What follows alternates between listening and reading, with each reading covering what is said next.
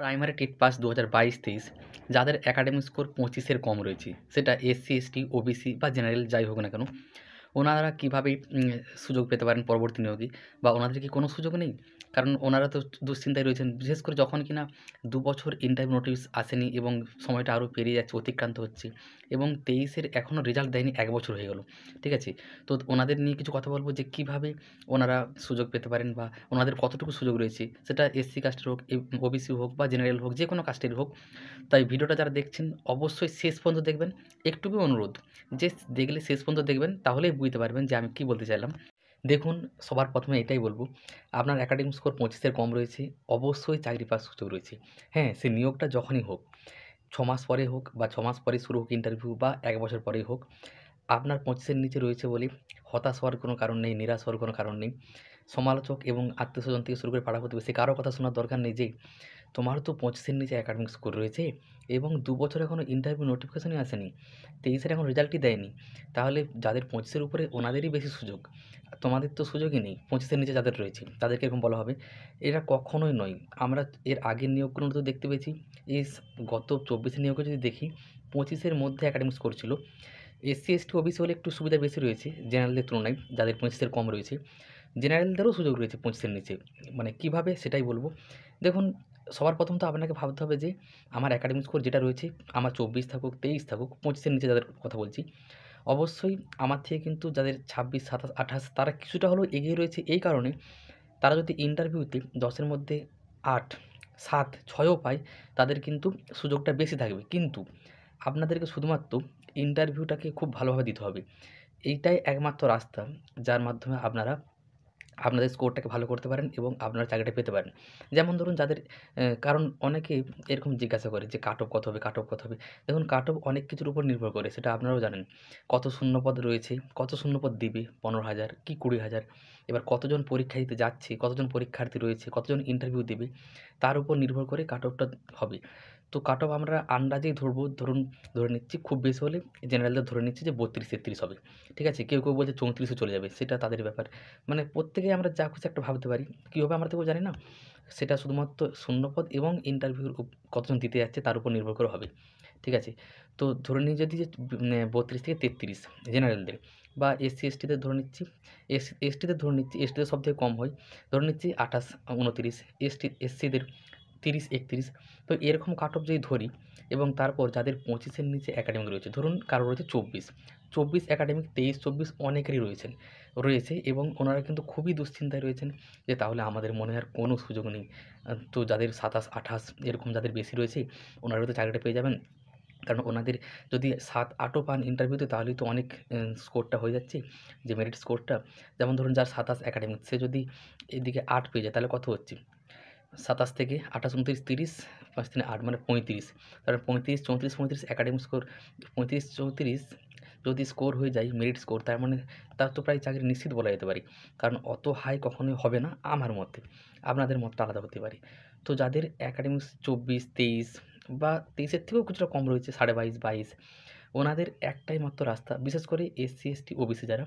জেনারেলদের ক্ষেত্রে সত্যি ৯ বা ১০ পাওয়া ছাড়া কোনো উপায় নেই। যাদের ২৫ এর কম রয়েছে একাডেমিক ২৪, ২৩ তাদেরকে ৯ পেতেই হবে।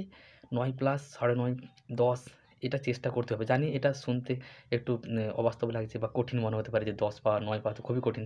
অবশ্যই কঠিন। আপনাদের একাডেমিক স্কোর যেহেতু ২৫ এর কম রয়েছে, জেনারেলদের কথা বলছি, ২৪ বা ২৪.৫, ২৩ আপনাদের শুধুমাত্র ৯, ১০ এরকমভাবে পেতে হবে এবং অন্যরা কী পাচ্ছে, কেমন স্কোর মানে করছে ইন্টারভিউতে, তার উপর অনেকটাই নির্ভর করবে। কিন্তু এসসি, এসটি, ওবিসি যারা রয়েছেন, ওনাদের কিন্তু ২৫ এর নিচে ২৪, ২৩ থাকলেও আপনারা যদি ৮ প্লাস পেতে পারেন, ধরুন কারোর ২৪ রয়েছে, সেখানে সে ৮ পেয়ে গেল। ২৪ থেকে ৮ পাওয়া মানে কি ৩২। তো সেক্ষেত্রে সে যদি এসটি, ওবিসি বা এসসি হয়, তার কিন্তু সুযোগ থাকবে ৩২, ৩৩ এরকম একটা স্কোর হয়ে যাচ্ছে। ৩১ প্লাস হয়ে যাচ্ছে। তো এক্ষেত্রে অবশ্যই ইন্টারভিউটা সবথেকে বেশি গুরুত্বপূর্ণ। আমি জানি এই কথাগুলো যখন আমি বলছি, আমি প্রত্যেকটা ভিডিওতেই বলি, এখনকার যে ভিডিওগুলো করি আমি, যে হাসাহাসি করবে, এই কথাগুলো শুনে অনেকে ব্যঙ্গ করবে, কটূক্তি করবে, খারাপ কমেন্ট করার ইচ্ছা হবে, কেউ করেও দিবেন।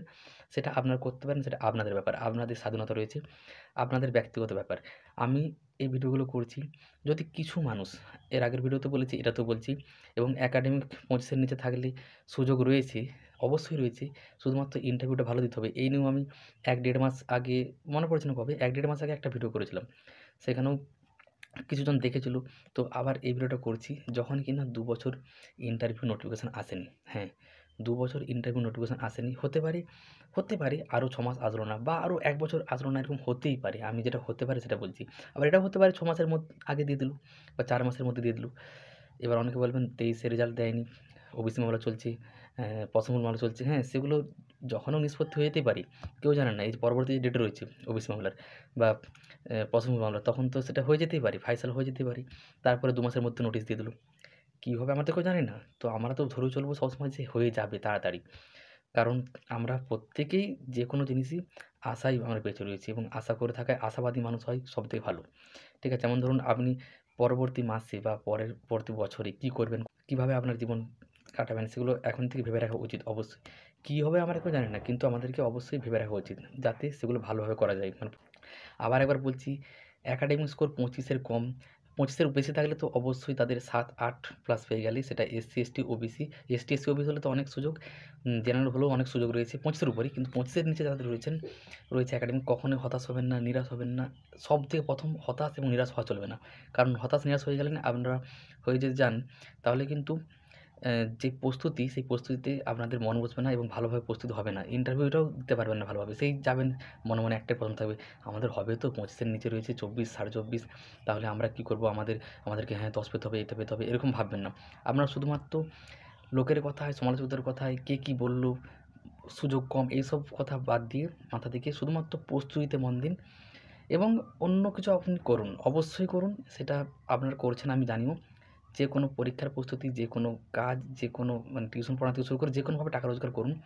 জন্ম থেকে মৃত্যু পর্যন্ত টাকার অবশ্যই দরকার। এটাও আমি প্রত্যেক ভিডিওতে বলি।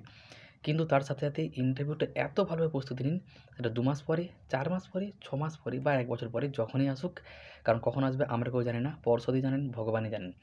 তখন যেন আপনারা ভালোভাবে প্রস্তুতি নেওয়ার পরে ভালোভাবে ইন্টারভিউটা দিতে পারেন, যাতে ৮+ তো পেতেই হবে আপনাদেরকে, যাদের ২৫ এর নিচে রয়েছে। এসসি, এসটি, ওবিসিদের বলছি, এবং ৯ যদি পেতে পারেন আরও ভালো। ৮-৯ পাওয়ার চেষ্টা করুন। দেখবেন অবশ্যই সুযোগ রয়েছে এবং সমালোচকদের কথায় কখনোই কান দিবেন না। তাহলে কিন্তু কখনোই প্রস্তুতি নিতে পারবেন না। আর আপনার যদি লক্ষ্য থাকে শিক্ষক হওয়া, অবশ্যই আপনারা শিক্ষকতার প্রতি লক্ষ্য রাখুন। এই মুহূর্তে অন্য কিছু করুন, অন্য চাকরির পরীক্ষার প্রস্তুতি নিন। কেন্দ্র সরকার হতে পারে, রাজ্য সরকার হতে পারে, আপনার যোগ্যতা অনুযায়ী। কিন্তু কখনোই হাল ছাড়বেন না। দেখবেন ১৪ সাল যেমন এত বছর পরে চাকরি পেল, ১৭ সাল ৮ বছর পরে চাকরি পেল, ১৪ সাল ১০ বছর পরেই। আমাদের ক্ষেত্রে কিন্তু ২২-২৩ এর এত সময় লাগবে না। কারণ আমাদের ক্ষেত্রে অত জটিলতা নেই। আমাদের ওএমআর শিটের কার্বন কপি রয়েছে। আমরা যে ওএমআরটা পরীক্ষা দিয়েছিলাম সেটা আমাদের কাছে রয়েছে। আমাদের ২০২২ দের টেস্ট সার্টিফিকেট রয়েছে। ২৩ দের রেজাল্ট দেওয়ার পরে ২৩ দেরকেও সার্টিফিকেট দিয়ে দিবে। তো আমাদের কাছে প্রত্যেকটা প্রমাণ রয়েছে। ১৪ সালে যেমন দুর্নীতি হয়েছিল আমরা প্রত্যেকে সেটা টিভিতে দেখেছি, অনেকেই দেখেছেন, প্রমাণিত হয়েছে। কিন্তু ২২-২৩ এর কোনো দুর্নীতি নেই। কেউ দুর্নীতি করতেও পারবে না ভবিষ্যতে। যার যতটুকু যোগ্যতা রয়েছে, যেরকম ইন্টারভিউ দিবেন, যেরকম নাম্বার পাবেন, সেই অনুযায়ী চাকরি পাবেন। তাই আমাদের নিয়োগ খুব তাড়াতাড়ি হবে। এই মুহূর্তে হচ্ছে না, ২ বছর নোটিফিকেশন দেয়নি, ২৩ এর ১ বছর রেজাল্ট আসেনি। হয়তো আরও ৬ মাস কি ১ বছর লাগতে পারে খুব বেশি হলে। খুব বেশি হলে ২ বছর, এর বেশি কখনো লাগবে না। আর যারা এখন লোকের কথা শুনে, পাড়া-প্রতিবেশী, আত্মীয়স্বজন বা কারো কথা শুনে এখন প্রস্তুতি থেকে পিছিয়ে আসছেন বা এগুলো দেখে, ভিডিওগুলো দেখেও হাসবেন, ব্যঙ্গ করবেন, বলবেন হবে না, হবে না, আপনি যতই বলুন, তারা কিন্তু পরে পস্তাবেন। এবং সেই পস্তানোটা তখন যে আফসোসটা হবে, তখন কিন্তু এখন যে প্রস্তুতি যদি নিতেন ১ ঘন্টা ১.৫ ঘন্টা করে ইন্টারভিউর, তার থেকে অনেক বেশি দুঃখের। তাই পরে যাতে না পস্তাতে হয়, আফসোস করতে হয়, লোকের কথায় কান না দিন, অবশ্যই প্রস্তুতি নিন। অবশ্যই হবে, আগামী ২ মাসের মধ্যেই হবে, ৬ মাসের মধ্যেই ইন্টারভিউ শুরু হয়ে যাবে। খুব তাড়াতাড়ি হবে এরকম ভেবে নিয়েই প্রস্তুতি নিন। ঠিক আছে? কারণ যদি না হয় আপনি তো টাইম পেয়ে যাচ্ছেন। ঠিক আছে? যাদের বয়স বেড়ে যাচ্ছে সেটা তো কিছু করার নেই আমাদের দেখুন। কিন্তু যদি দিয়ে দেয় ২ মাসের মধ্যে, তখন কী করবেন? তখন কিন্তু সমস্যায় পড়বেন। অনেকে বলছেন দিবে না, ৬ মাস পরে দিবে, ১ বছর পরে দিবে। সেটা তো আপনারা টাইম পাচ্ছেন। যদি দিয়ে দেয় ৬ মাসের মধ্যে, ২ মাসের মধ্যে, তার জন্য প্রস্তুত থাকুন। এবং ২৫ এর নিচে যাদের রয়েছে অবশ্যই, অবশ্যই সুযোগ রয়েছে। কিন্তু আপনাদেরকে একটা ক্ষেত্রে ভালো করতে হবে, তাহলেই পাবেন। সেটা হলো ইন্টারভিউ। কারণ বাকি একাডেমিক তো আপনারা বাড়াতে পারছেন না। যা রয়েছে, রয়েছে। ঠিক আছে? তো এই হচ্ছে ব্যাপার। ২৫ এর নিচে থাকলেও হতাশ হবেন না, নিরাশ হবেন না। অবশ্যই সুযোগ রয়েছে। প্রস্তুতি নিন, অবশ্যই সফল হবেন।